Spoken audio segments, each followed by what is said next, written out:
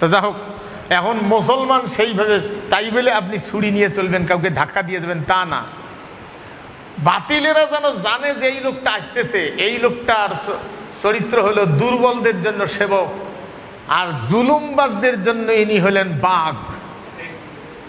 এইটা হবে তোমাদের চরিত্র।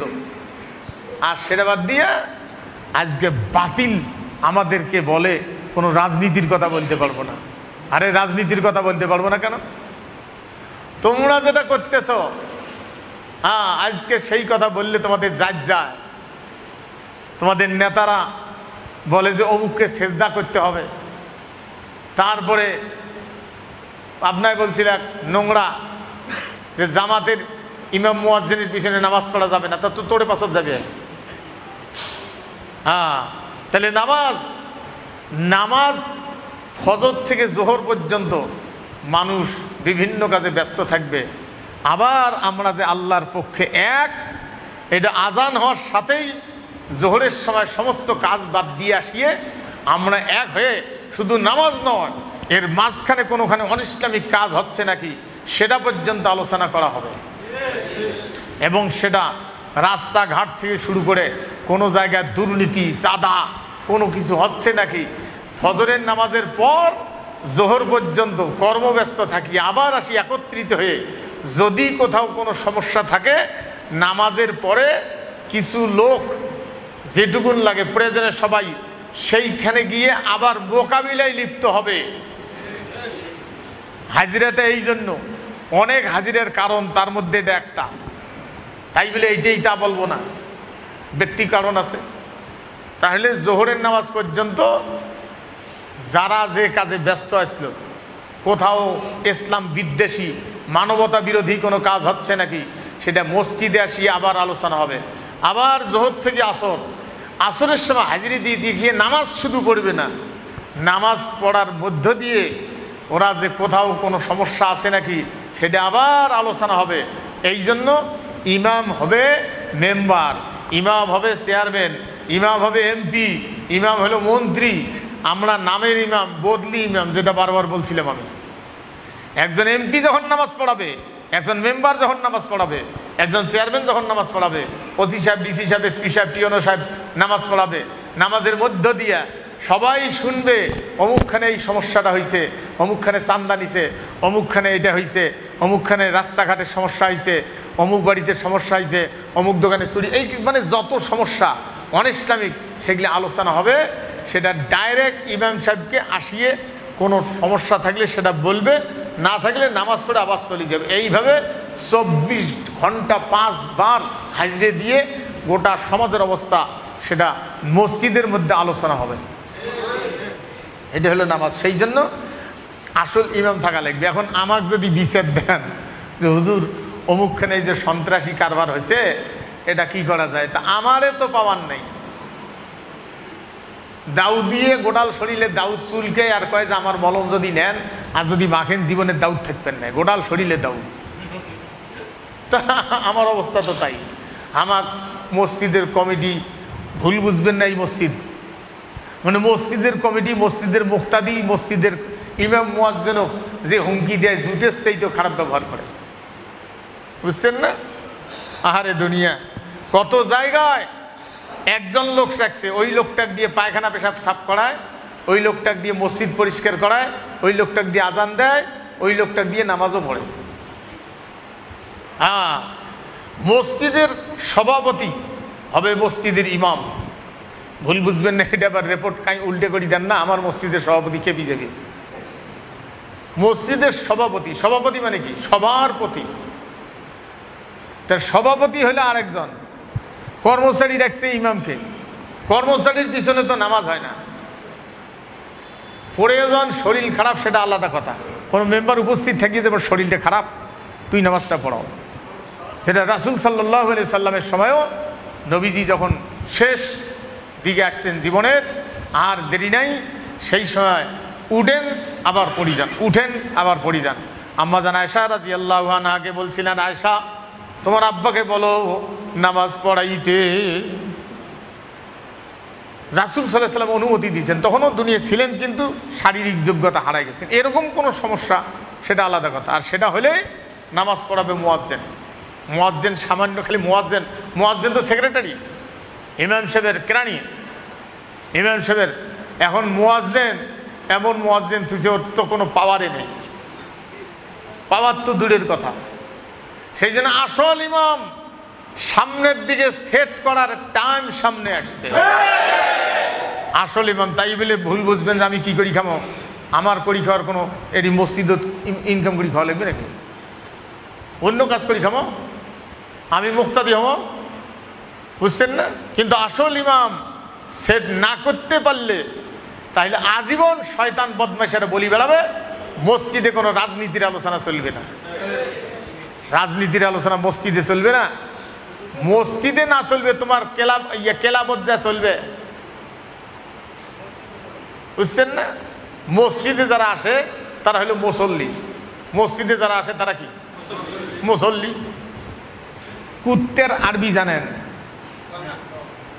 হ্যাঁ হ্যাঁ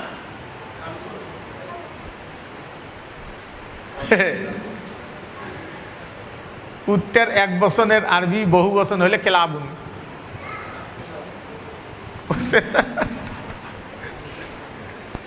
আইরে দুনিয়া। তাহলে কেলাবত যত চরিত্রহীন লোক সব কেলাব এরকম তা বলবো না, বুঝছেন না? যত চরিত্রহীন বদমাইশ আহারে দুনিয়া, সেই জায়গাগুলিতে তারা ওখান থেকে তারা চান্দা খেয়ে নানান কিছু করে। আপনারা জানেন গতকাল কি তার আগের দিন গাজীপুরে একটা মেয়েকে দিনের বেলায় প্লাস্টিকের পাইপ দিয়ে ফেলায়া মারছে, জনগণের সামনে। যুবতী একটা মেয়েকে প্রেমের প্রস্তাব দিয়েছে, রাজি না হওয়ায় বেশ কয়েকজন যুবক, নাম বললেই তো সমস্যা, রাজনীতির পরিচয়টা খোঁজ করিয়ে মোবাইলত দেখেন, এটা বললে সমস্যা। দিনের বেলা লোকের সামনে ফেলায়া ডাঙের উপরে ডাং, তার প্রেমের প্রস্তাবে রাজি না হওয়ায়। এগুলো সাহস পায় কোথায়? একটা মেয়েকে তারা এই কাম করে, তাহলে আপনার মেয়েকে যদি এই কাম করতে আপনি ধরুন কি করতেন? হা হা করি কাঁদতেন, মানুষকে ডাকতেন। একটা মেয়ের ইজ্জতের মূল্য, মুসলমান হোক আর অমুসলমান হোক, একটা মানুষের একটা মেয়ের ইজ্জতের মূল্য মুসলমানদের টুপির চাইতেও বেশি। কোনো ইজ্জত লুণ্ঠন করা কোনো জাতি ধর্ম বর্ণ নির্বিশেষে মুসলিম প্রধান দেশে হইতে দেওয়া যাবে না। এই বিষয়টা বাস্তবায়ন করতে হবে। তা না করার কারণে তো আজকে আমরা দুর্বল হয়ে গেছি। খুতবা দেই কি 12 চাঁদের খুতবা, কোন চাঁদের কোন ফজিলত, ফজিলতের খুতবা দেই।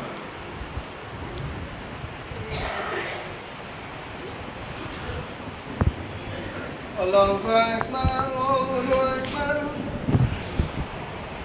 আল্লাহু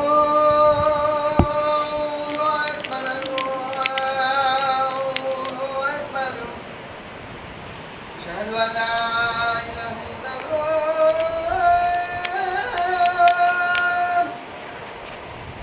আশহাদু আল্লা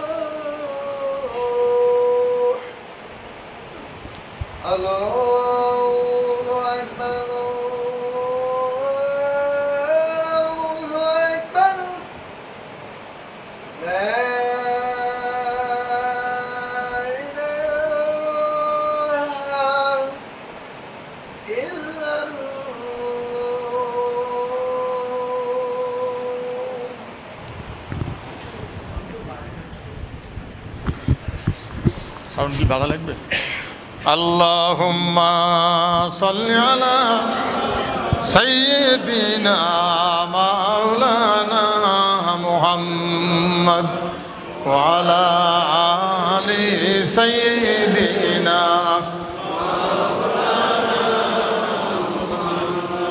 সম্মানিত ভাইরা, ব্যক্তি স্বাধীনতা মানুষের আছে, কিন্তু সেটা অসাধু চরিত্রহীন নোংরা কোনো রাজনীতিবিদদের আনুগত্য করা, এটা মানুষের চরিত্র হতে পারে না। একজন প্রশাসনের লোক থাকবে, তাদের কাজ হলো ইলাল খাইরি ওয়া ইয়ামুরুনা বিল মারুফি ওয়া ইয়ানহাউনা আনিল মুনকার। আল্লাহ বলছেন তোমাদের মধ্যে এমন একটা দল থাকবে, এমন একটা দল তোমাদের এমন একটা দল থাকবে যেটা হোক যে তাদের কাজ কি, যারা মানুষকে কল্যাণের দিকে ডাকবে, মানুষকে ভালো কাজের রাস্তা প্রশস্ত করবে, সমাজে অন্যায় কাজ করতে দিবে না, অন্যায় কাজ কোনো ক্রমে করতে দিবে না, ভালো কাজ করাবে, ভালোর রাস্তা প্রশস্ত করবে, ভালো কাজকে সহযোগিতা করবে। আজকে সেটা দীর্ঘ স্বৈর শাসকের 5 গোলাম কুষ্টিয়া না যশোর একজন এসপি বলছিল, আওয়ামী লীগের বিরুদ্ধে কথা বললে তার বিরুদ্ধে কী যেন নোংরা ভাষা টাষা বলছিল একজন এসপি, ডিবি হারুন, তারপর আরও কয়েকজন। এরা আমাকেই তো রাস্তায় অন্য লোক, আমি একদিন এক জায়গায় যাইতে গিয়ে রাত 3:30 বাজে মাহফিল থেকে আসি, গাড়ি থামায় যেই দেখছে আমি নামায়া 3-4 জন আমার পুলিশগুলি আমার এগুলো টিপ্পের ধরলে, এটি বলে বম বান্ধা।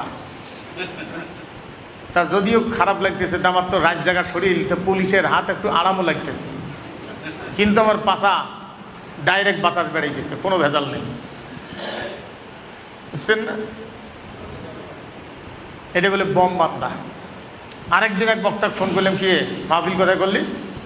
রাত্রে 12, 2টা, 2:30, 1টা, 1টা। অনেক সময় আমরা শীতের সময় কমপক্ষে 4-5 জন করি বক্তা প্রতি রাত্রে, নাহলে 1-2 রাত পরপর এটি যোগাযোগ চতুর্মুখী, তো একসাথে আসি। ওটি আলামিন হোটেল, হোটেল চাটা খাই, এটি দেখা সাক্ষাৎ হয়, এর কি ঠাট্টা হয়।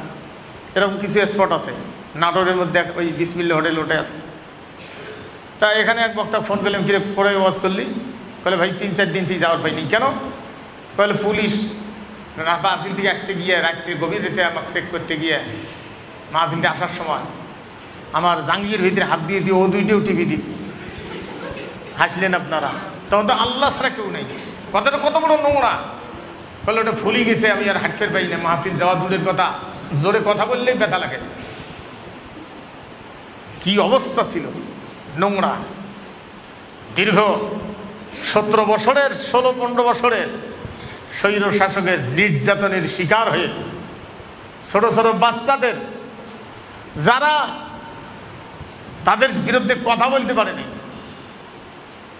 বুঝছেন না? কথা বললে বেশি হয়ে যায়। যারা বালুর টেরা সাড়ে বাইরে হওয়ার পায়নি, বাইর করে পায়নি, আর তারা ছোট ছোট বাচ্চাদের রক্তের বিনিময় আজকে স্বৈর শাসক পালানোর পরে অধৈর্য হয়ে গেছে যে কতদিন ইলেকশন দেবে, ইলেকশন না হওয়া পর্যন্ত তোর ঘুম হারাম হয়ে গেছে। কথা বললে ক্ষতি হয়ে যায়। হ্যাঁ, সামনের দিকে সোচ্চার থাকতে হবে। যে স্বৈর শাসক পালাইছে ওদেরকে সাথে নিয়ে এই নোংরারা আবার সেই স্বৈরতন্ত্র প্রতিষ্ঠিত করার মোকাবিলায় তারা মাঠে আসতেও পারে। মোকাবিলায় ফেল হলে ভেজাল আছে। কারণ আমরা তো যখন মাহফিল যাই, বাড়ি থেকে বাইরে হই 17 বছর, স্ত্রীর কাছে বিদায় নেওয়া আছে যে গে যাচ্ছি, ফিরে আসবো কিনা। মাহফিলে গিয়ে কথা বলতে গিয়ে কত সমস্যা। হুজুর রাজনীতির কথা কইবেন না। সেই দিন এই 21 তারিখে মাহফিলে গেছিলাম, আপনার এই কালীগঞ্জ। সভাপতি হলো প্রথমে বাম হুজুর ওয়াজ করেন মহরমের উপরে, কোনো রাজনীতির আলাপ করবেন না। আমি রাজনীতি করবো না, কিন্তু এমন ওয়াজ করবো হয়তো আপনার পাশা দিয়েও বাস যাইতে পারে। বাংলায় কয়ে দিলেন, আমি কায়দা করি বাস দেবো, সেটা বুঝতেও পারেন নাও পারেন, আপনার পাশা দিয়েও বাস যেতে পারে। কি পদের পদ গিয়ে। তাহলে নামাজ মানুষকে ফাহিশা কাজ থেকে দূরে সরাবে। এই কারণে আমাদের বাঁধনটা 24 ঘন্টায় 5 বার আমরা মসজিদ একত্রিত হই, আল্লাহ সিস্টেম করে দিয়েছেন। এই জন্য আল্লাহ পাক বলছেন, ইয়া আইয়ুহাল্লাযীনা আমানু ইযা নুদিয়া লিস-সালাতি মিন ইয়াউমিল জুমআতি ফাসআউ ইলা যিকরিল্লাহি ওয়া যারুল বাই' যালিকুম খায়রুল লাকুম ইন কুনতুম তা'লামুন। ও বিশ্বাসীরা, যখন তোমাদেরকে নামাজের জন্য ডাক দেওয়া হবে, সঙ্গে সঙ্গে চলে আসো, এটা হবে তোমাদের জন্য উত্তম, যদি তোমরা বোঝো। থাকবে কতক্ষণ? ফাইজা কুদিয়াতিস সালাতু ফান্তাশিরু ফিল আরদি ওয়াবতাগু মিন ফাদলিল্লাহ ওয়াজকুরুল্লাহা কাসীরান লাআল্লাকুম তুফলিহুন। থাকবে কতক্ষণ? যতক্ষণ নামাজের কাজ, মানে নামাজের কাজ সমাপ্ত হলে, নামাজ শেষ হলে। আমার আরও আশ্চর্য লাগে, নামাজ পড়তে গিয়ে আপনি যখন সুন্নত 2 রাকাত পড়লেন, ভালো কথা, আপনি সালাম ফিরার পরে যে নফল নামাজের নিয়ত বাঁধবেন, তা আপনি দেখবেন না যে কোনো সামনের কোনো লোকের সমস্যা আছে নাকি, আমি নফলটা আর একটু শাড়ি পরি যাতে সমস্যা না হয়। আধেক লোক অ্যাডে আমি বসিয়েছি, অ্যাডে সুন্নত পাড়িয়ে অ্যাডে নফলে খাড়া হয়, ফির নফলে নিয়ে একটা লোককে শাড়ি বেরো টাইম দিলে না, এমন লোকটা যে সমস্যা আছে যদি চলে যায়, তখন ফির আরেক সমস্যা, আরেক মশলা দিলে। তাহলে নামাজের কাজ সমাপ্ত হলেই আর দেরি করবেন না, না দেরি করে যার যে কাজ মনোযোগের সাথে করতে হবে, আল্লাহকে বেশি করে স্মরণ রাখতে হবে ভয়ের মাধ্যমে। আল্লাহ পাক জানায় দিয়েছেন, ওয়াজকুরুল্লাহ কাসীরা, আল্লাহকে ভয়ের মাধ্যমে স্মরণ রাখতে হবে, লাআল্লাকুম তুফলিহুন, তাইলে তোমরা সফল হবে, তোমরা সফল হবে। আর সাহায্য চাবে কিসের মাধ্যমে? ইয়া আইয়ুহাল্লাযীনা আমানুস্তাঈনু বিস-সাবরি ওয়াস-সালাহ ইন্নাল্লাহা মা'আস-সাবিরিন। ও বিশ্বাসীরা, ধৈর্য এবং সালাতের মাধ্যমে, ইয়া আইয়ুহাল্লাযীনা আমানুস্তাঈনু, সাহায্য চাবে, বিস-সাবরি, ধৈর্য এবং সালাত, ধৈর্যের সাথে সালাতের মাধ্যমে সাহায্য চাবে আল্লাহর কাছে, ধৈর্যের সাথে সালাতের মাধ্যমে। ধৈর্যটা কত বড়! বাপ তার ছেলেকে নিয়ে আসছে, ছোট বাচ্চা, দেখছেন তো আপনার ভিডিও, ছোট বাচ্চাকে নিয়ে আসছে যে বাপ বেটা আসছি, আর ধৈর্যের বাপ নাই, ছোট বাচ্চা বাপের সাথে আসছে স্বৈর শাসকের বিরুদ্ধে লড়াই করতে। বেটা মরে না বাপ মরে। আপনারা জানেন স্বৈর শাসক থাকতে 28 তারিখ, যেটা একদিকে বিএনপির সমাবেশ, আরেকদিকে জামাতের, প্রায় ইউনিয়ন থেকে 2-4 জন করে লোক অর্ডার যেতে হবে। ক্ষমতায় তো স্বৈর শাসক, রাস্তায় পেলে পুলিশ ধরবে, বাচ্চাদের কি হবে? কে হয় হোক অর্ডার, এটাই আনুগত্য। অর্ডার যাইতে হবে, অমুক ইউনিয়ন থেকে 4 জন, অমুকখানে 10 জন, অমুকখানে 3 জন, অমুক ওয়ার্ড থেকে 5 জন, গোটা দেশ থেকে ওখানে যাওয়ার অর্ডার। কামলা দিয়ে খায় স্ত্রী, যেটুকুন চাউল ছিল ভাত পাক করছে, লোকটা কামলা দিয়ে খায়, অথবা ব্যবসা করে কামলা দিয়ে খায়। 2টে বাচ্চা, 3টে বাচ্চা, এগুলোর কে চালাবে? ওরা যাইতে হবে কোথায়? ওখানে। এই অর্ডার সকালবেলা ফজর পড়িয়ে রাত্রি স্ত্রীর সাথে দৈহিক মিলনে গিয়ে আসবে কিনা, ফজর করে চলে যাচ্ছে, গাড়ি রেডি, অমুকখানে যেতে হবে, আসবে কিনা, স্বৈর শাসকের গুলি রেডি, পুলিশও পাওয়ার দেওয়া আছে, কত গুলি নাকি করবা, ঠেকাবা, আমার গতি রক্ষা করবা, আসবে কিনে। বাচ্চা 2টে পাশে, স্ত্রী পাশে, ছোট বাচ্চাটা বাপের কোলে আসতে চায়, নিয়ে গালায় মুখে চুমু দিয়ে আর ফিরে আসবে কি না, এমনি হবে? কোনো আপত্তি নাই দলের অর্ডার, নেতাদের অর্ডার, তাইলে এইটি জিহাদের ময়দানে তারা যাচ্ছে। আর কিছু মানুষ গসি মাছের মতো শুলে হয়ে বেড়াইতেছি, যাতে করে রাজনীতি, ইসলামী রাজনীতির কোনো কাদা আমার গাত না লাগে। আমি সেই রকম নামাজি হয়ে থাকবো যাতে করে আল্লাহ খুশি হয়, শয়তানও বেজার না হয়। বুঝছেন না? যাতে করে আওয়ামী লীগও বেজার না হয়, আবার জামাতি ইসলামও খুশি থাকে, পীরও খুশি থাকে, একে সবাই খুশি থাকে। কি জীবন রে! হ্যাঁ, কত সুন্দর জীবন। এই লোক কায়দা করি দুনিয়া চলতেছে, এ মনে করছে আখেরাতে এমন কায়দা করি বেহেশত যাবো, আল্লাহ টের পাবে না। কি জাহেলের জাহেল! সম্মানিত ভাইগণ, এই জন্য আতিউল্লাহ ওয়া আতিউর রাসূল উলিল আমরি মিনকুম, উলিল আমর। সেই জন্য সালাতের মধ্য দিয়ে সাহায্য চাইতে হবে আল্লাহর কাছে, ধৈর্যের সাথে। স্ত্রীর কম ধৈর্যের সাথে স্বামীকে বিদায় দিছে। এই জন্য কোনো ঈমানওয়ালী নারী, ঈমান থাকার শর্ত আছে। ঈমানওয়ালা পুরুষ যদি আগুনে পড়ে, পানিতে পড়ে মারা যায়, জিহাদের ময়দানে যেমন পাপ মুক্ত হয়ে মারা যায়, আগুনে পড়ে মরে গেলে তার হিসাব নেই।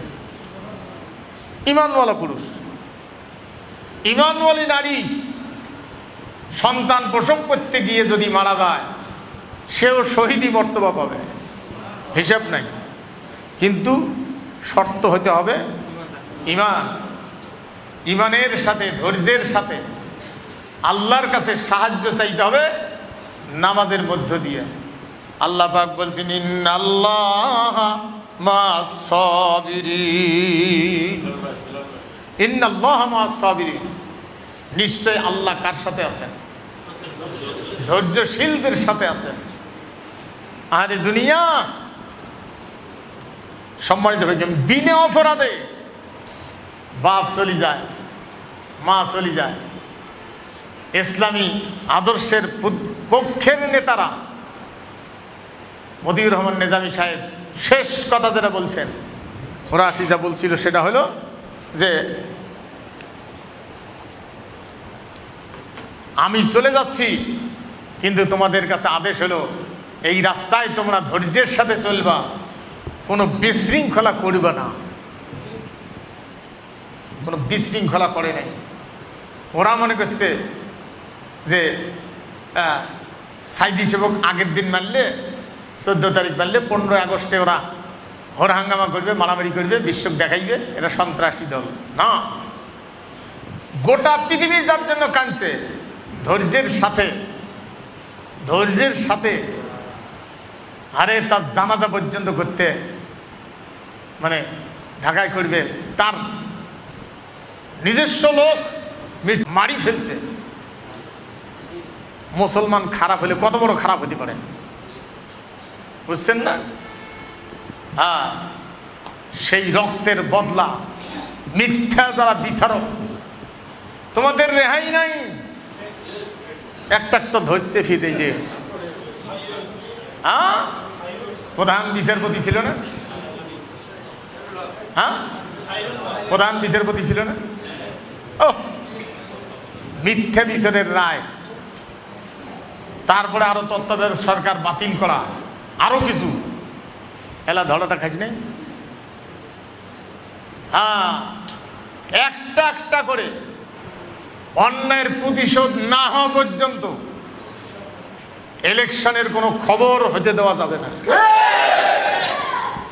আগে বিচার, তা না হলে জিগলে ওদের 5 আটা গোলাম, হাসিনের 5 আটা গোলাম হয়ে যারা আজকে তাদেরকে গয়ের সড়ক যে পিডনটা পিডেইছে পুলিশ ফেলেয়া, সেই গয়ের সড়কগুলো ভুলে গেছে, আরো নেতারা ভুলে গেছে। যে পিডনটা পিডেইছে, 60 সিঁড়ি ফেলাইছে ডাঙায়া মিছিল, সেগুলো ভুলে গেছে। হ্যাঁ, সম্মানিত ভাইগণ, পানের দোকানি জামাতের 28 তারিখের সময় আফসোস করছে যে অন্যখানে হলে সিগারেট পান তো হয়েছে কিছু না হলেও সিগারেট থাকতো না। আর 28 তারিখে আমি আশা করি জামাতের সমাবেশে আসি, দোকান দিছি, একটা সিগারেট বেচতে পারি নাই। ও আফসোস করে বলছি। এরকম কার বুকের পাটা আছে যে আমরা ক্ষমতায় গেলে আমাদের এমপি মন্ত্রী কোনো প্লট নিবে না, প্লট বরাদ্দ নিবে না, বাড়ি বরাদ্দ নিবে না, সরকারি গাড়িতে চলবে না, নিজস্ব গাড়িতে চড়বে, ট্যাক্স বিহীন কোনো গাড়ি চড়বে না। আর কি চান? আর কি চায় দেশবাসী? কিন্তু এটা শুধু উনি বললে হবে? ওনার বলার কথাটাকে আমার বাড়িতে, আমার গ্রামে, আমার এলাকায় যতদিন আল্লাহ জীবিত রাখছে এই কথাগুলি প্রতিষ্ঠিত করার পক্ষে জীবন মানে সম্পদ এবং জীবন। ইন্নাল্লাহা আশতারা মিনাল মুমিনিনা আনফুসাহুম ওয়া আমওয়ালাহুম বিআন্না লাহুমুল জান্নাহ। আল্লাহ পাক জানান, নিশ্চয় মুমিনদের জান আর মাল খরিদ করে নিয়েছি, আমি আল্লাহ জান্নাত দিব এই বিনিময়। জীবন এবং সম্পদ আপনি ভুল বুঝিয়েন না। আপনার এলাকাতেও আপনাকে সময় খরচ করতে হবে, টাকা টুকটাক, তাই বলি একেবারে যাকে তাকে যা শুরু করবেন তাই তা না। এটা প্রচার করতে গিয়ে, প্রতিষ্ঠিত করতে গিয়ে যেভাবে পরিশ্রম করা দরকার, ওখানকার দায়িত্বশীল ব্যক্তিদের সাথে এক হয়ে সেই পরিশ্রম ঐক্যবদ্ধভাবে করতে হবে। প্রত্যেক জায়গায় দায়িত্বশীল আছে, সম্মানিত ভাইগণ। সেই জন্য সামনে আর বসে থাকার টাইম নেই। শুধু এটা না, আপনার কবরে যাওয়ার আগ পর্যন্ত আপনার যদি নামটা যদি ইসলামী দল, ভুল বুঝবেন অমুক দলের কথা, তা বলবো না, আপনার মন যেটা চাই করেন, ইসলামী দলের পক্ষে থাকেন। খলিফাতুল মুসলিমিন আমিরুল মুমিনিন বলছিল আপনাদেরকে, আরে যে রাসূল সাল্লাল্লাহু আলাইহি সাল্লামকে 8 বছর আল্লাহ নবী বিদায়ের আগে, আসার আগেই বাপ বিদায় হয়েছে, এরপরে জন্মগ্রহণের পরে 7-8 বছর বয়স মা আমিনার বিদায় হয়ে গেছে। অনেক জাহেল বলে যে তার বাপ মার জন্য দোয়া করতে পারবে না। কেন পারবে না? তুমি এই কথা বলতে পারলেই বাঁচাও। নবীজির নবুয়তের দাবি, নবীগণকে আল্লাহ নবী হিসেবেই দুনিয়ায় পাঠান, নির্দিষ্ট টাইমে দায়িত্ব পালন করার অনুমতি জানিয়ে দেন। অনুমতি আসার পরে দাওয়াত দেওয়া শুরু করার পরে যদি বংশের কোনো লোক কবুল না করত তাহলে সে অমুসলমান। যেমন আবু তালেব অমুসলমান, তার বাবা মা ছিল সেই সময়ের ঈসা আলাইহিস সালামের আদর্শের অনুসারী মুসলমান। সেই জন্য আরবে তাদের সম্মান ছিল। রাসূল সাল্লাল্লাহু আলাইহি সাল্লাম তার বাবা মার জন্য দোয়া করতে পারবে না? কেন পারবে না? তারা মুসলমান ছিল। কাফের ছিল কোন ব্যাটা বল, তুই জানিস না কিছু না। তো যা হোক, রাসূল সাল্লাল্লাহু আলাইহি সাল্লাম চাচা দাদা বিদায়ের সময় আমির হামজাকে ডাকেন নাই, কারণ সন্তানাদি নাই, তার মেজাজ একটু গরমও থাকতে পারে। বাপ তো বোঝে বাচ্চা কাচ্চার কার মেজাজ কেমন। আবুল আহাবক ডাকায় নেই, ওটা আরও বদ। আবুল আহাব রসুলের আপন চাচা। আমির হামজা রাদিয়াল্লাহু আনহুকে ডাকে নাই, একটু রাগই বেশি। আবু তালেব সন্তানাদি বেশি, রাগ কম, ধৈর্য বেশি, অভাবও একটু বেশি, খাওয়া দাওয়া খাওয়াইয়ে বেশি। আব্দুল মুত্তালিব ডাক দিয়ে আবু তালেবের হাতে দিয়েছে, বাবারে আমার এই নাতি ইতিম তোমার হাতে দিয়ে গেলাম, যতদিন পর্যন্ত বড় হয় নাই, বয়সে পৌঁছে নাই, ততদিন পর্যন্ত নিজের ছেলের মতো অভিভাবকের দায়িত্ব পালন করবে। যাতে করে সে বুঝতে না পারে, কষ্ট না হয় যে আমার বাবা দুনিয়ায় নাই, এই কষ্টটা যেন না হয়। আল্লাহ নবীকে যেখানে যাইতেন সঙ্গে নিয়ে যাইতেন, অথবা তাড়াতাড়ি ঘুরতে বাড়িতে রাখি যাইতেন। একদিন চাচা বলছে, ভাতিজা আমি একটু দূরে যাব, তোমাকে আজকে নেব না, আমি একটু দূরে যাব, বাড়িতেই থাকো। চাচা যখন বাইরে গেল, আল্লাহর নবী একটু ঘুরি করতেছেন পায়সারি, যে চাচা আসার আগ পর্যন্ত আমি একটু আশপাশে ঘুরি। আল্লাহর নবী ঘুরতে গিয়ে দেখতেছেন একটা উট খুঁটির সাথে বাঁধা ছিল, বাঁধা আছে, দুই পেট যেন একসঙ্গে হয়ে গেছে, চেহারা শুকিয়ে গিয়েছে। নবীজিক দেখে আল্লাহর নবী সুলাইমান আলাইহিস সালাম সৃষ্টির কিছু ভাষা বুঝতেন, মানে আল্লাহর সৃষ্টির যতগুলি আছে তার মধ্যে কিছু সৃষ্টির ভাষা বুঝতেন। তারা তো বিশ্বনবী না, কিন্তু আল্লাহর নবী, বিশ্বনবী, আল্লাহর সমস্ত সৃষ্টির ভাষা তিনি বুঝতেন। তা না হলে তো বিশ্বনবী হতেন না, অপূর্ণতা থাকতো। রহমাতাল লিল আলামিন, মহাবিশ্বের মালিক যেখানে রব্বুল আলামিন, রাসূল সেখানে রহমাতাল লিল আলামিন। প্রত্যেকটা প্রাণীর ভাষা বুঝতেন। আল্লাহ রসুলকে দেখে উট চোখের বেনে ছেড়ে দিয়া হাউ মাউ করে কাঁদতেছে, যে ভাষাটা রাসূল বুঝতেছেন। আল্লাহ রসুলকে দেখার পরে উট বলছে, রাসূল আল্লাহ সাল্লাল্লাহু আলাইহি সাল্লাম, আপনি বিশ্ব নবী, মানুষ আপনাকে চিনতে পারে নাই, আমরা আপনাকে চিনতে পারছি। আমার জীবনের একটি আবেদন, সেই সময়ের অবস্থা ছিল, কোনো স্বামী যদি মারা যায়, কোনো ব্যক্তি যদি মারা যায়, তার ব্যবহৃত যত জিনিস আছে, ঘোড়া গাদা খচ্চর যা কিছু আছে, এগুলো সব পুড়িয়ে ফেলতো, মারি ফেলতো, আর কেউ ব্যবহার করতো না। পাশের দেশে ভারতের মধ্যে সতীদাহ প্রথা এখনও আছে, এখনও এই এলাকাটা আছে। স্বামী মারা গেলে স্ত্রী তার সাথে বাঁধিয়ে পোড়া দেওয়া, জীবন্ত অগ্নিদগ্ধ করা, এটা কোনো ধর্ম হলো? হ্যাঁ, হোক তাদের ধর্ম, তারা মানুক, মরুক, আমার কি। স্ত্রী মারা গেলে ওইটাও স্বামীর সাথে পোড়া দেওয়া। একাধিক বিবাহ তাদের জন্য জায়েজ নাই, সেই জন্য কোনো নারী সম্পদের অংশীদার নয়, আজও তাদের ধর্মে আছে। ঘুরের ঘাটে একটা বুড়ি অনেক সম্পদের অধিকারী, স্বামী মারা যাওয়ার পরে বেটা নাই, বেটিগুলো বিয়ে হওয়ার পরে ওর সম্পদের তো অংশীদার হয় না, ঘাড় ধাক্কা দিয়ে ভিক্ষের জেলা ঘাড়ত ভিক্ষে করি খায়, কোটি কোটি টাকার সম্পত্তি ভাতিজেরা খায়, বুড়ি ভিক্ষে করি খায়। ইসলাম ও শিয়ে নারীদের অধিকার দিয়েছে, স্বামীর সম্পদে অংশ দিয়েছে, মোহরানা দিয়েছে, বাপ মায়ের সম্পদে অংশ দিয়েছে, নারীর মর্যাদা দিয়েছে। সম্মানিত ভাইগণ, সেই সময় উট বলছে যে আমার মনিব মারা গিয়েছে, তার ব্যবহৃত উট আমাকে গাছের সাথে বাঁধিয়ে রাখছে, কয়েকদিন ধরে খাইতে দেয় না, আমার না খাওয়া মারবে। আরবের প্রথা ছিল গাছের সাথে বাঁধিয়ে রাখতো, ওটা কেউ ব্যবহার করতো না, না খায়া মারবে, না খায়া মারবে।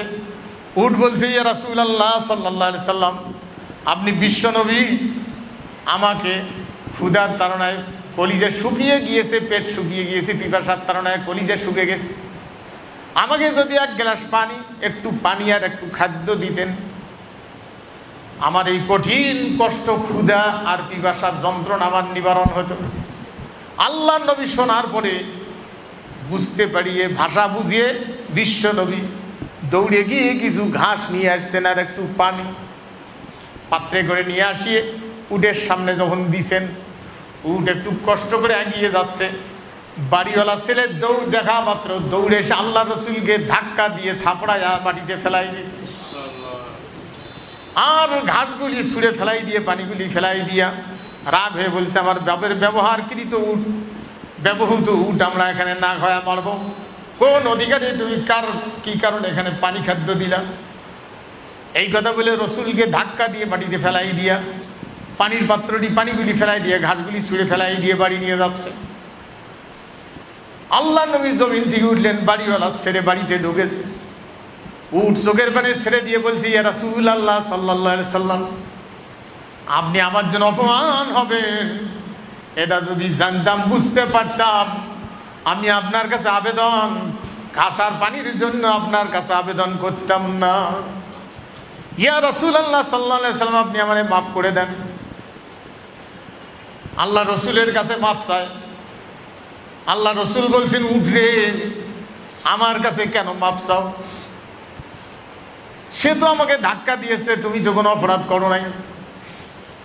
তোমাকে আমি ওয়াদা দিচ্ছি, যতক্ষণ আরবের এই কুপ্রথা তুলে দিতে পারি নাই, যতক্ষণ পর্যন্ত তোমাকে ঘাস আর পানি খাওয়াইতে পারি নাই, আমি এখান থেকে নড়বো না, আর পানি আমিও খাবো না। আল্লাহর নবী ওখানেই দাঁড়ায় আছেন মন খারাপ করে। আবু তালেব বাড়িতে এসে খোঁজ করে, ভাতিজা কই? স্ত্রী বলছে, অর্থাৎ রসুলের চাচি বলছে, তুমি যাওয়ার পরে গেছে, এখনো আসে নাই। খুঁজতে গিয়ে দেখে আল্লাহর রসুল ওখানে দাঁড়ায়া। জিজ্ঞেস করে, ভাতিজা কি খবর?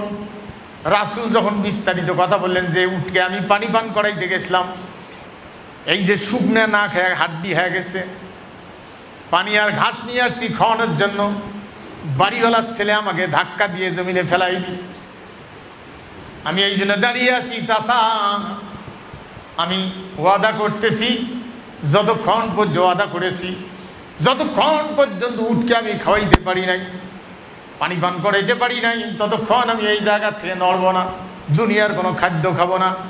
আবু তালেব লোকদেরকে ডাক দিয়া বিস্তারিত ঘটনা বলিয়ে, আবু তালেব ছিল একজন রাজনীতিবিদ। আবু তালেব বলছে, আজ থেকে আরবের বুকে এই প্রথা উঠাই দিলাম, এই কাজ আর আরবের মাটিতে আর কোনোদিন করতে দেওয়া যাবে না। আল্লাহর নবী ছোটবেলায়, সেই জন্য রাসূল সাল্লাল্লাহু আলাইহি সাল্লাম বিশ্ব নবী, প্রত্যেকটা প্রাণীর ভাষা বুঝতেন। আল্লাহর নবী বয়সে পৌঁছা পর্যন্ত আরববাসীরা তার জীবনের কোনো ত্রুটি বিচ্যুতি খুঁজে পান নাই, মিথ্যে কথা বলা এটা পান নাই। সেই নবীজির আদর্শ আমরা গ্রহণ করেছি।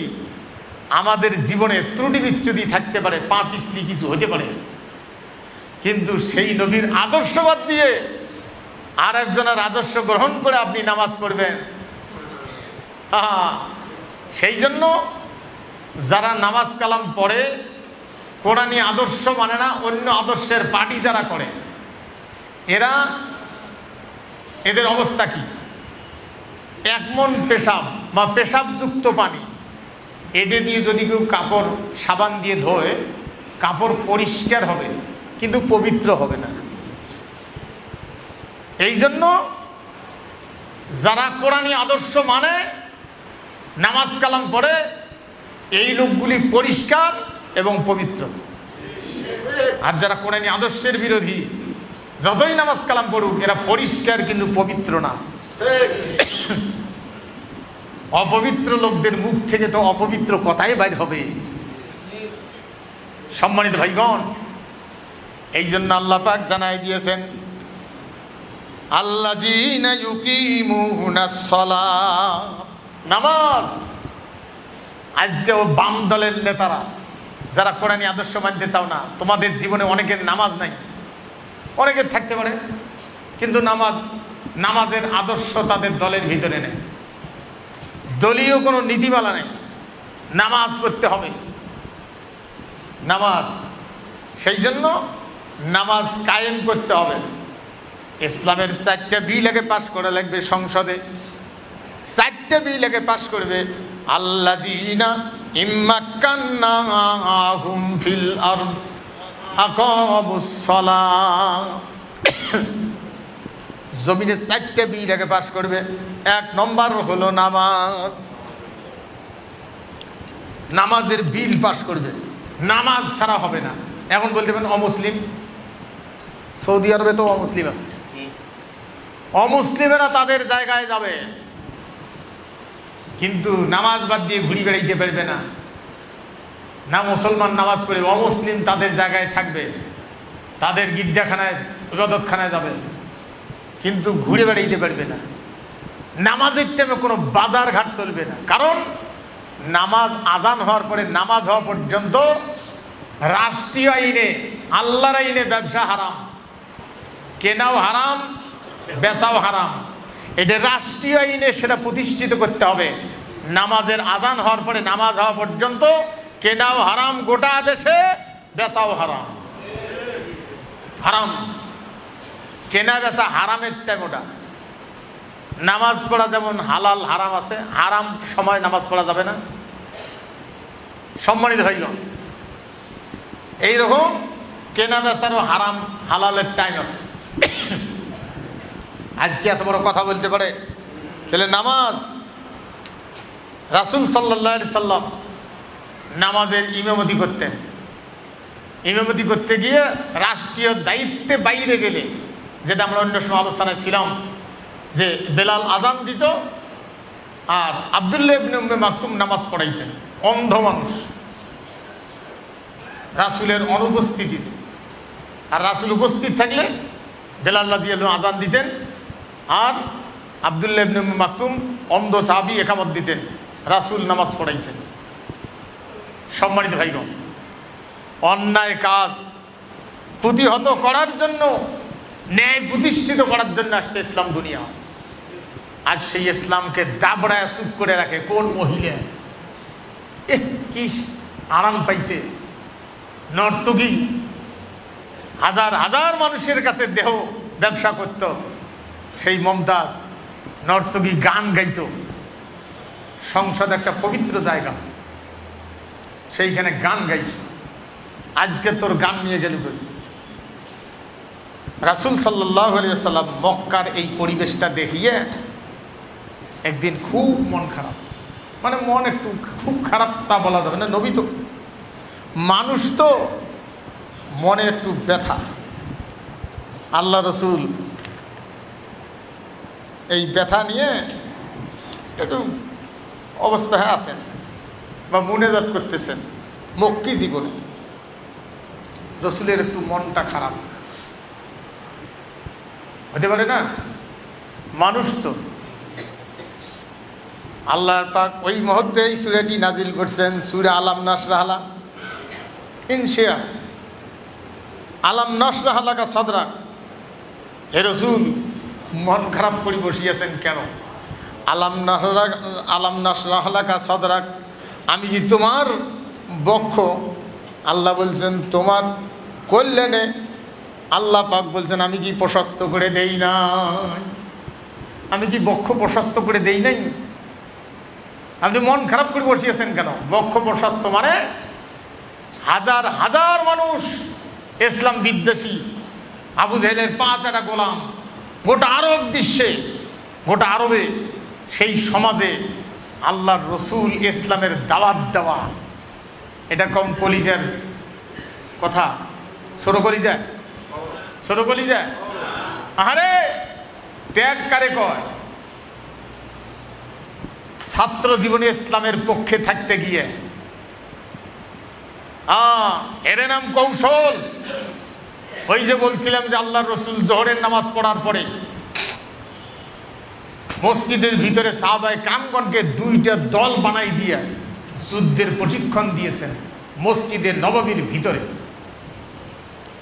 আর খন্দকের যুদ্ধে একজন সাহাবী, নতুন সাহাবী ইসলাম কবুল করছে, আল্লাহর নবী আর আল্লাহর ওই লোকটা জানেন।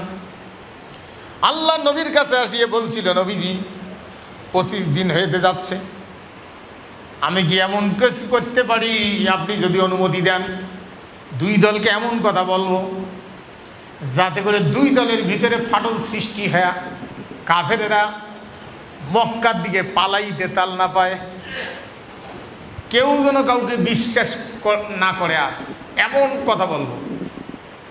রাসূলকে ওই সাহাবী বলছেন যে আমি যে ইসলাম কবুল করছি এটা তো আর কেউ জানে না, আপনি জানেন, আল্লাহ জানে, আর তো আমি জানি। আমি এমন কথা 2 দলের কাছে বলবো যাতে করে 2 দলের কেউ কাউকে আর বিশ্বাস করতে না পারে। আপনার কি এই ব্যাপারে অনুমতি আছে? রাসূল সাল্লাল্লাহু আলাইহি ওয়াসাল্লাম বলছেন যে হ্যাঁ, তুমি করলে করতে পারো। বলছে তাতে কি আমার ঈমান যাবে? বলছে না, ঈমান যাবে না। এই সাহাবী গিয়ে ওই আবুল আহাবের সাথে আগে দেখা করছে, না আবু সুফিয়ানের সাথে দেখা করছে। আবু সুফিয়ান ওরা এদের সাথে একবার দেখা করছে, এদের সাথে আগে দেখা করছে। মক্কার মুশরিক যারা চুক্তি ভঙ্গ করছে, চুক্তি কারে কয়? দেশ রক্ষার খাতিরে আরবের মদিনার যত গোষ্ঠী ছিল সবার সাথে এক হয়ে যে আমরা মদিনার এই রাষ্ট্র রক্ষা করতে গিয়ে বহিঃশত্রু বিরুদ্ধে মোকাবিলা করতে গিয়ে আমরা সারিবদ্ধভাবে করব, কেউ বসে থাকবো না, মদিনা রক্ষা করতে হবে। ওই চুক্তি স্বাক্ষরিত হয়েছিল। এই চুক্তি তারা ভঙ্গ করছে। করার পরে ওই ওই মক্কার কাফেরেরা আসিয়ে এদের সাথে আদান প্রদান হয়ে ওরা আসছে। এটা কম পরিকল্পনা ছিল না। রাসূল সাল্লাল্লাহু আলাইহি সাল্লাম যখন ওরা রওনা দিছে, এটা কোনো মোবাইল টোবাইল নাই, ওখান থেকে খবর সংগ্রহকারী ছিল। যেমন রাসূল সাল্লাল্লাহু আলাইহি সাল্লাম মক্কার 6 কিলো উত্তরে, 6 মাইল উত্তরে একটা জায়গা আছে, 6 জন সাহাবীকে একটা চিঠি লিখিয়ে পটলা করে দিয়ে বলছে, তোমরা 6 জন ওইখানে যাওয়ার পরে আমার এই চিঠিটা খুলবা, আগে খুলতে পারবে না। তো এরকম মক্কায় কি হচ্ছে খবর আদান প্রদান হচ্ছে। রসুলের সাহাবী কত মানুষ এখানে খবর আদান প্রদান করতে গিয়ে ওরা যে সজ্জিত হয়ে আসতেছে, তাদের সংখ্যা 3000-এরও বেশি। আর আবু সুফিয়ান তার নেতা, নবীজির পরামর্শ করলেন কি করা যায়। সাহাবীদের মধ্যে সালমান ফারসি রাদিয়াল্লাহু আনহু বলছেন, আপনি যেহেতু পরামর্শ চাইলেন দিতে পারি, কিন্তু আপনি আল্লাহর নবী চাওয়ার কারণে বলছি, আমার অভিজ্ঞতায় যে রক্ষা করতে গিয়ে 2টে যুদ্ধে বদর উহুদ, আমরা মদিনার চতুর্পার্শ্বে 3 মাইল লম্বা গোল করে 30 ফুট চওড়া 15 ফিট গভীর আমাদের দিকে, যাতে করে ওরা আসি আমাদের উপরে আক্রমণ করতে না পারে। কাজ শুরু। সম্মানিত ভাই, এই খন্দকের যুদ্ধ করতে গিয়া ওরা আবার মক্কায় গিয়ে খোঁজ, মানে ওদের খবরটা দেয় নাকি যে মাটি খুঁড়বে নাকি যে মুসলমান, এই জন্য চতুর্পাশে লোক রেডি করা, যে ওরা মুশরিকরা যেন যাইতে না পারে, মক্কার কাছে যেন খবরটা পৌঁছাইতে না পারে ওই কাফেরদের কাছে। রাসূল সাল্লাল্লাহু আলাইহি ওয়াসাল্লাম মাটি খোঁড়া শুরু করে দিলেন। এইখানে এই যুদ্ধের অনেক আলোচনা আমরা হয়তো পরে করবো বা করছি। ওই সাহাবী আসিয়ে বলছে যে আপনি আমাকে বলেন, আমি কি তাদের কাছে এমন ফাটল সৃষ্টি করার কাজটা করতে পারবো গোপনীয়ভাবে, ওরা আমাকে চিনবেও না যে আমি মুসলমান হয়েছি। রাসূল বললেন হ্যাঁ পারো। বলে আমার কি ঈমান নষ্ট হবে? বলে না।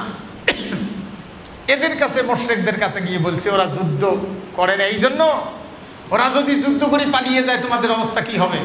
যুদ্ধ ছাড়ি যদি পালে যায়, তোমরা 40 জন লোক জিম্মি চাও, যুদ্ধ শেষ হোক না হোক, পরাজয় হলেও পালাইতে যেন না পারে, তোমাদের ফায়সালা করে দিয়ে যেন যায়। এটা হাত এই কথা কয়ে গেছে। আবু সুফিয়ানকে যা বলছে, ওরা তোমাদের সাথে এক হয় না কেন? তোমরা কি জানো আমি কি তোমাদের ভাই নই? আবু সুফিয়ান বলে হ্যাঁ, তোমাকে আমি চিনি, তুমি আমাদের ভাই। বলছে ওরা 40 জন লোক চায় মোহাম্মদক দিয়ে, মোহাম্মদ যেন যুদ্ধের পরে ওদের উপরে কোনো কিছু না করে, সেই জন্য ওই 40 জন লোক তোমাদের কাছে চাবে জিম্মি হিসেবে, কিন্তু দিবে মোহাম্মদক। তোমরা এতে কি রাজি? আবু সুফিয়ানকে না, এটা যাচাই করার জন্য কয়েকজন লোক পাঠাইছি। মুশরিকদের কাছে আসি যখন বলছে যে তোমরা যুদ্ধে অংশগ্রহণ করো না কেন, ওরা বলছে যে আমরা 40টা লোক চাই। ওরা শুনিয়ে কইছে ঘটনা তো ঠিক, মোহাম্মদ যে দিবে কথা আর কয় না, ওইটা শুনিয়েই দৌড়েছে যে আবু সুফিয়ানকে বলছে কথা ঠিকই, ওরা 40 জন চায়। এদের এমন ফাটল সৃষ্টি হলো। আরে 15 বছর নিজের বাড়ির সামন থেকে বালুর ট্রাক সরাইতে পারেন নাই, নিজে নোংরামি করে চলছেন। আর ছাত্র শিবিরের লোকেরা, আমি আপনাদের অনেক সময় বলছিলাম যে পায়খানার ভিতরে, গোসলখানার ভিতরে নামাজ পড়ে, আমি তখন নাম বলি নাই। বিজয়ের পরে 5 তারিখের পরে একটা ছেলে বলছে যে আমি কতদিন বাথরুমে নামাজ পড়ছি। আহা, সম্মানিত ভাই বোন, অনেক ছেলে আমাদের ওখানকার এই কাউনি, এটা মনে এসাক সাবিনার কাজ ছেলে, ওখানে ছাত্রলীগ ছিল, কিন্তু এখানে ছিল ছাত্র শিবিরের সদস্য, ওখানে ছাত্রলীগ ছিল। এই যে গোপনীয়তা রক্ষা করে অন্য আদর্শের লোক সাজিয়ে, গোয়েন্দা সাজিয়ে, কি কষ্টে কি গোপনে এই কাজটা তারা করছে। আজকে ধন্যবাদ দাবাদ দিয়ে আজকে তাদের বিরুদ্ধে নাস্তা করবে চাও, একটা শিবির ধর নাস্তা কর, খাবার পাবো, একটা যদি দেই খাত খাবার পাবো। হ্যাঁ, এরা কত কৌশলে, আজিমের টেরো পায়নি উইয়ের বাড়ি সিঁড়ির লজিং আছে। হ্যাঁ, এর নাম হেকমত, উদুইলা সাবিলে রব্বিকা বিল হেকমা, এর নাম হেকমত। হেকমত কি কৌশলে এই কাজটা তারা করিয়ে বিস্ফোরণ ঘটায়া শেষ পর্যন্ত ভাত পর্যন্ত খাওয়ার টাইম দেয় নাই। কি কয় ওই যে প্রধানমন্ত্রীর যেটা থাকে গণভবন, ভাত পর্যন্ত ছাড়িয়ে গেছে। এর নাম বিজয়। সম্মানিত ভাই, আল্লাহর রসুল মন খারাপ। রাসূল সাল্লাল্লাহু আলাইহি সাল্লাম বলছেন, আমি কি, আল্লাহ বলছেন আলাম নাশরাহ লাকা সাদরাক, আমি তোমার কি বক্ষ বড় করি দেই নাই?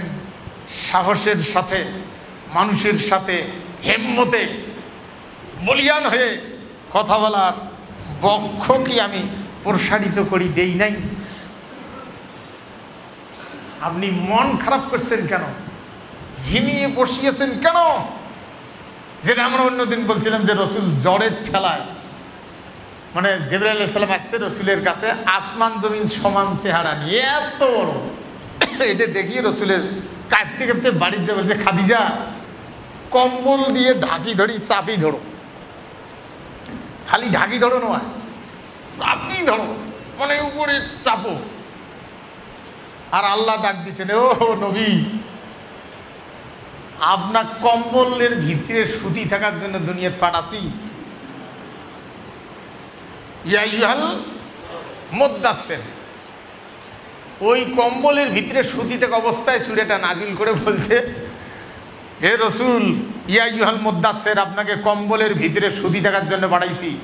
এই কথাটা শুধু রাসূলকে বলছে না কিয়ামত পর্যন্ত প্রত্যেকটা ইমানদারদেরকে বলছে? আপনাকেও কি সুতি থাকার জন্য পাঠাইছে? হ্যাঁ, সম্মানিত ভাইগণ, আল্লাহর রসুলকে আল্লাহ পাক সেই জন্য বলছেন, কুম ফাংজির, উঠো, কম্বল সরায়া বাইর হন, আপনার দায়িত্ব আপনি পালন করুন। এইখানে বলছে আলাম নাশরাহ লাকা সাদরাক, আপনি মন খারাপ করে বসিয়েছেন কেন? আপনার বুককে আমি প্রশস্ত করি দেই নাই? কাফেরদের সাথে কথা বলার মতো যোগ্যতা, সাহস, হিম্মত আমি কি আপনাকে দেই নাই? ওয়াদানা আনকা বিজরাক, আমি অপসারণ করেছি তোমার ভার। আল্লাহ পাক এরপরে জানাই দিয়েছেন, আল্লাযী আনকাদা যাহরাক, যাহা ছিল তোমার জন্য অতিশয়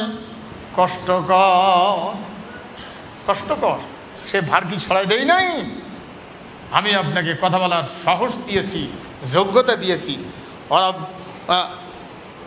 ওয়ারাফানা লাকা যিকরাক, আমি কি তোমার খ্যাতিকে উচ্চ মর্যাদা সম্পন্ন করি দেই নাই? ওয়ারাফানা লাকা যিকরাক, সমালোচনার ঊর্ধ্বে করেছি আপনাকে। গোটা বিশ্ব কিয়ামত পর্যন্ত রসুলের আলোচনা করতে পারবে, সমালোচনা করার, মুনাফিকি করিয়ে ফাঁসিকি করতে পারে কিন্তু যাচাই করিয়ে তার কোনো দোষ বের করার সুযোগ কিয়ামত পর্যন্ত কোনো মানুষের নাই। ওয়ারাফানা লাকা যিকরাক ফাইন্না মাল উসরি ইসরান।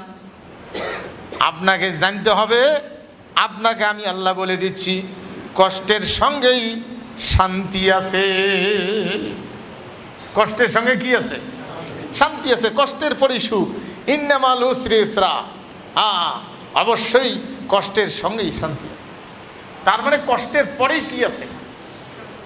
কষ্টের পরেই কি আছে বলুন? 17 বছর কষ্ট ছিল, এখন কি শান্তিতে আছি। কেমন শান্তিতে আছি? কোনো অশান্তি আছে? পুলিশ দেখিয়ে চেক করে, আর এখন পুলিশ দেখলে যেই বাতি জ্বলে দেই সেলুট দিয়ে কয় আসসালামু আলাইকুম। এই দিনে পুলিশে যেই বাতি জ্বলে দিয়ে আমি পান খাবো, আমি তো জানি না সামনে পুলিশ, যেই বাতি জ্বলে দিয়ে পান খাবো পুলিশ ঠ্যাক দিয়ে দিয়েছে। এই দেখিয়েই হুজুর কোন যাতে আসেন, আমি টার্মিনাল মসজিদে যান, হুজুর ভালো আছেন, দোয়া করেন আমার জন্য। এখন তো দোয়া নিবেন। তাই বলে সবগুলো খারাপ তা না। নামাজ পড়ি এই মসজিদে কত পুলিশ, এই রুমের ভিতরে ঢুকে কত পুলিশ আর্মি। একদিন আমি নামাজ পড়ি, এখানে সিভিল সাদা পোশাকে আসছে, মানে সাধারণ পোশাক, প্যান্ট শার্ট পরা, মোসাফা করিয়ে কোনো নাই, খালি বলছে চোখের পানি সব টপ করে পড়তেছে, বলছে যে আমি মেজর। এই মসজিদে বলছে, এই জায়গাতে কোনো বলার ছিল না। যাদেরকে তোমরা তোমাদের নোংরা আদেশ না মানার কারণে চাকরিচ্যুত করেছ, শাস্তি দিয়েছ, ওএসডি করে রাখছ, আজকে অনেক জায়গায় তারা বসিয়ে পুলিশের একজন ঊর্ধ্বতন কর্মকর্তা বলছে 1 মাস যদি কোরআনী আইন চলে এই দেশে আর কোনো সন্ত্রাস থাকবে না। এই কয়েকদিন আগে বলছেন একজন পুলিশের একজন অফিসার। তাহলে পুলিশও এখন আল্লাহ দিলে কোরআনী আইন চায়, চায় না? জনগণও চায়। এমন কিছু বাম নেতা আছে জীবনে নামাজ পড়ে না পড়ে তা জানি না, কয় যে জামাতের এত বড় মিছিল। দেখেন আজ কিছু লোক অভিনয় করে, অভিনয়। যে লোকটা এত বড় সমাবেশ ডাকিয়ে একটা জায়গায় চেয়ারের দায়িত্বে বসে আছে, এই লোকগুলোর খাওয়া, নিরাপত্তা, আসা যাওয়া সব কিছুর দায়িত্বের চেয়ারে বসে, ঘুম নাই। আমি মানে আমার স্ত্রী অসুস্থ হয়, ঘুম তো কমে গেছিল, মারা যাওয়ার পরে সারা রাত জাগিয়ে একদিকে মানসিক শারীরিক যোগ্যতা হারায়া মাটি দিয়ে 10 হাত দূর পাছাইতে পারি নাই।